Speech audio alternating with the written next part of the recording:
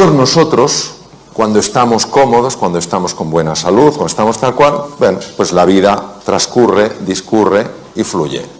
Pero llega un momento en el que aparece algo que perturba nuestra vida, una tormenta. Puede ser de salud, puede ser un desengaño, puede ser una pérdida económica, puede ser mil cosas. Aparece una tormenta en nuestra vida. Y aquí entra un patrón reactivo típico del ser humano. Pero no del Homo sapiens sapiens, sino del Homo demens. De eso que decía el príncipe Gautama Siddhartha, Sakyamuni Buda, que teníamos perturbado. De eso que hablaba Lao Tzu, que no funcionaba bien en la mente. ¿Qué ocurre? Pues que emprendemos un proceso de enfrentamiento a eso que nos pasa. Nos enfadamos, nos ponemos de los nervios, empezamos a encogernos, a empequeñecernos, notamos como el estómago se hace un nudo, nos duele la cabeza, mil cosas. Esto es lo que el profesor Hans Selye, de origen húngaro, llamaba la fase de resistencia. Es decir, o te irritas, eres un desgraciado por lo que me has hecho, es que o huyes o te haces chiquitín, te quedas bloqueado. Y el profesor Hans Selye decía que esto, con el tiempo, te podía llegar a hacer enfermar. Para que os hagáis una idea de la intuición y finura científica del profesor Selye, hoy la Universidad de Harvard, que es la pionera en el mundo en estos estudios, pionera y la que más experiencia tiene en el mundo, ha demostrado que entre el 60 y el 90%, fijaros la cifra, 60-90% de las consultas a médicos generales en el mundo occidentalizado tienen que ver con estar viviendo aquí. Curioso que en 6 años de carrera, la carrera la hice en España, aunque luego la convalidación la hice en Estados Unidos, los 6 años de carrera nadie me dijo que la tensión emocional podía generar enfermedad.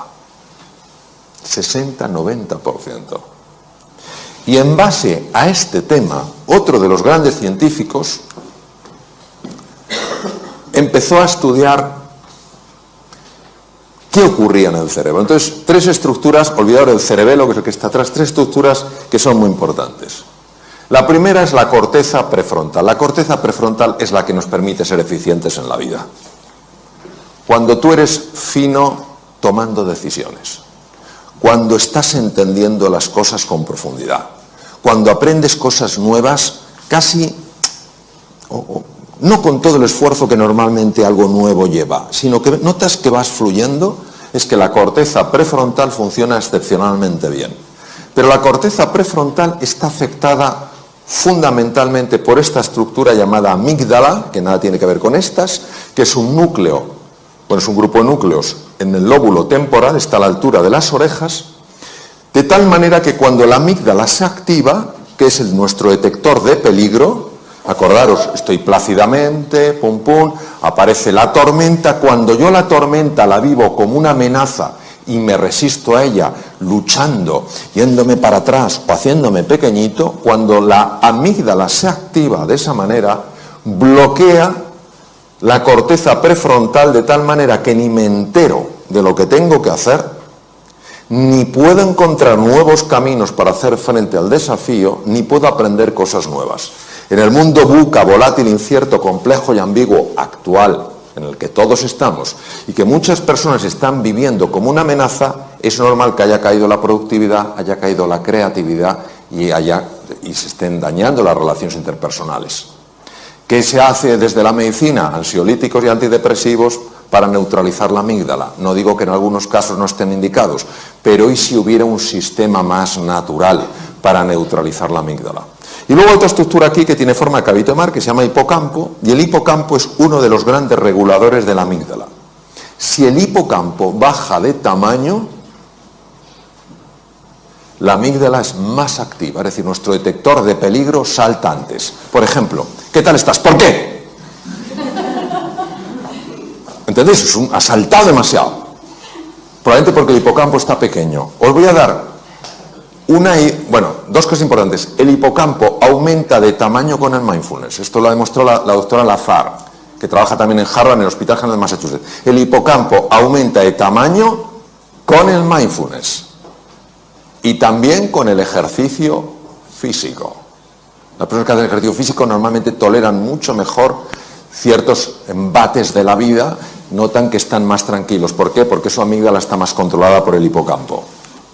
Cuando una persona está súper tensa, súper estresada y no encuentra sus espacios de calma, esos espacios de silencio, baja el tamaño físico del hipocampo porque mueren neuronas y la amígdala se enloquece, entonces se vuelve una persona más reactiva. La belleza del mindfulness actuando sobre el hipocampo, como ha demostrado la doctora Lazar en el Mass General, es que al engrosar el tamaño, al haber más neuronas, porque aquí sí se forman más neuronas, al haber más conexiones, es más difícil que las tormentas de la vida, que a todos nos sacuden en un momento u otro de mayor o menor intensidad, te desequilibren, te enajenen, te saquen del eje. ¿Qué es lo que pasa? ¿Qué es lo que descubrieron sobre todo Buda y Lao Tzu? Descubrieron que la mente está enferma. Y como la mente está enferma, se impone al mundo real. El mundo real es uno, pero yo construyo un mundo mental que se superpone al mundo real y lo bloquea. Os pondré un ejemplo, porque si no esto es un poco raro. Hace 500 años el mundo ¿cómo era? ¿Plano o redondo? Alguien que es muy así dice, yo igual. Igual. Vamos, ¿quién piensa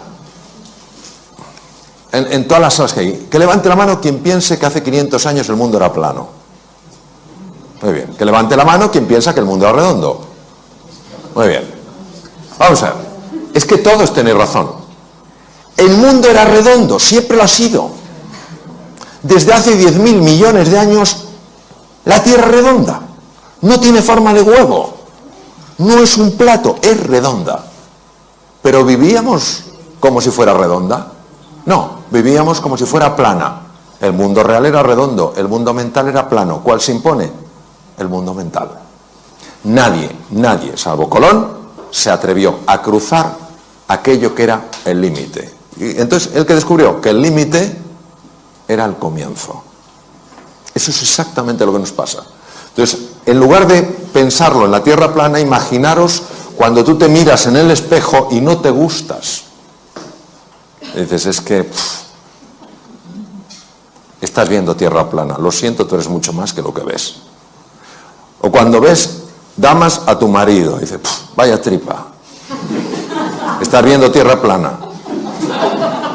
Tu marido es mucho más que eso. O cuando ves a tu mujer y dices, que llevo ya tanto tiempo con ella, está viendo tierra plana. Hay algo mucho más profundo. O cuando miras al mundo, es que todo es lo mismo, tierra plana, hay un mundo redondo. La ventaja del mindfulness es que te ayuda a ver lo que no estás viendo. Por eso la definición de sati es estar en el presente para ver las cosas como de verdad son. ¿Cómo son de verdad? Redondas, no planas. Bien. Este es otro de mis maestros, Judson Brewer, que además toca maravillosamente el violín, y ha descubierto una cosa fascinante. Ha descubierto que tenemos un sistema que nos tiene atontados a todos. Estamos dormidos sin darnos cuenta, y todos conocemos el sistema. El sistema se llama DFN, Default Mode Network, y es el que hace que tú puedas conducir sin saber que estás conduciendo. Esto lo conocemos todos, ¿no? Pero dices, ¿será posible? O sea, estoy pensando en 1000 cosas y sin embargo, como que el coche va solo, ¿sí? Pues que sepamos que esto aumenta significativamente la posibilidad de tener un accidente. Significativamente. ¿Por qué? Porque ¿dónde no estás? En el presente. ¿Dónde estás?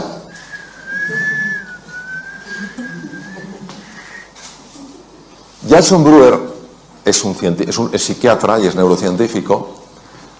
Estudiando con electroencefalografía y con resonancia funcional magnética, ha observado que hay un circuito que es el que hace que vayamos en piloto automático. Pero no solo vamos en piloto automático conduciendo, estamos en piloto automático cuando estamos hablando con otro. Estamos hablando con una persona, estamos con piloto automático, porque no estamos ahí.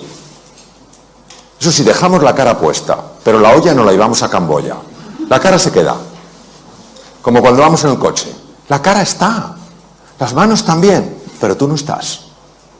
Y él se ha dado cuenta que con la práctica del mindfulness es espectacular su trabajo, Con la práctica del mindfulness se consigue reducir la intensidad de este circuito y activar otro circuito que es el más importante para ver las cosas como son y para tomar las decisiones que a ti te ayudan para salir adelante, para mejorar tu productividad, para ser más creativo, para ganar más dinero, para ser más cariñoso con los demás.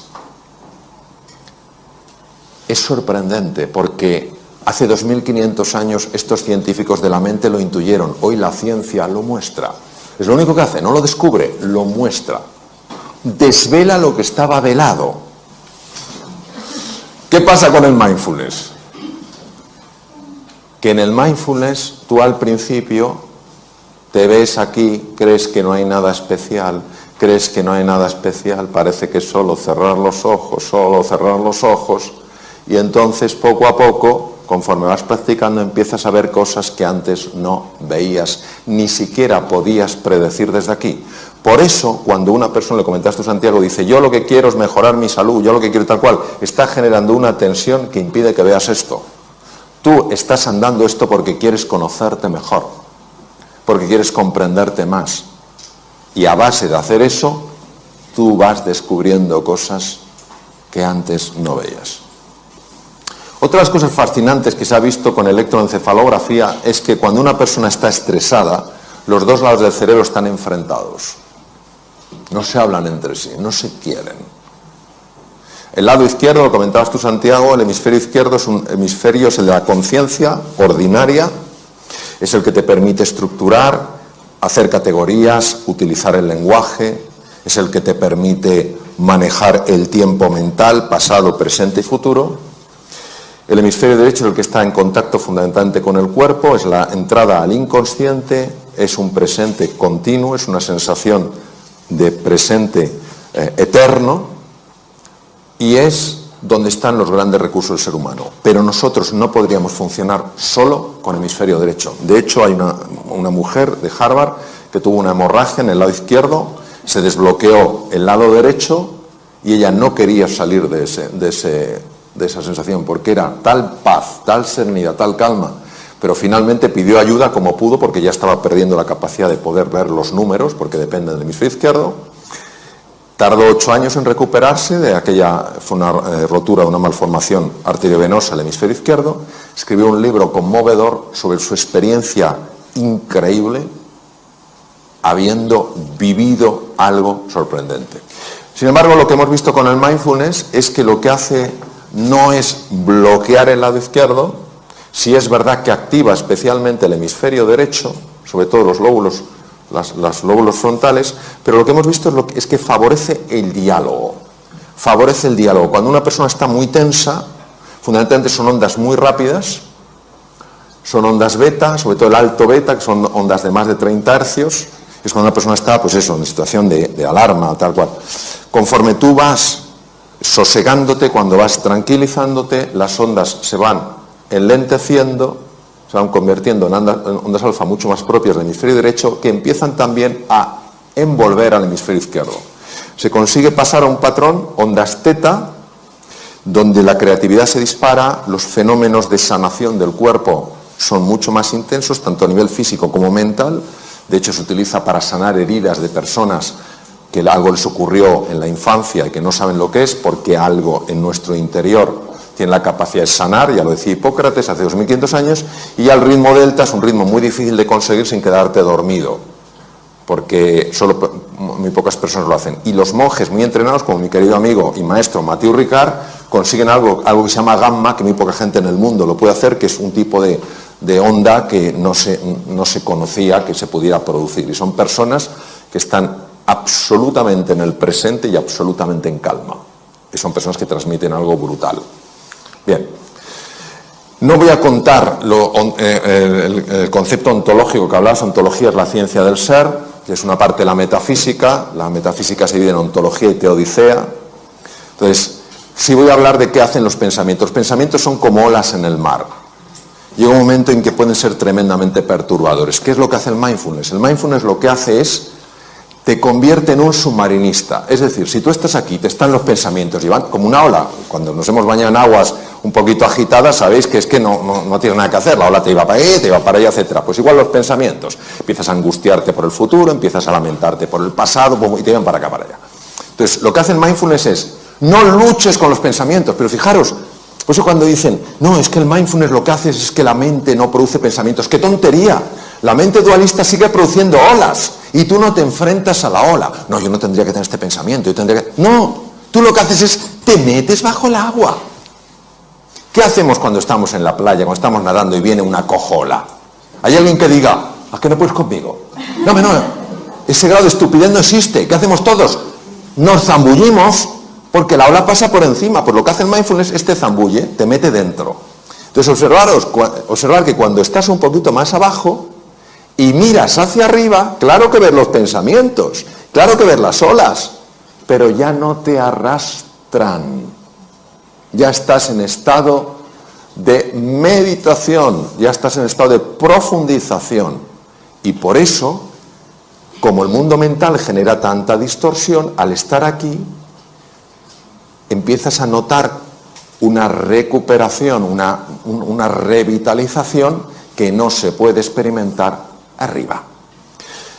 Conforme tú vas entrando, va cambiando el patrón de ondas alfa, ondas teta, ondas delta. Llega un momento en el que empiezas a tocar, y lo digo por experiencia, el fondo del mar.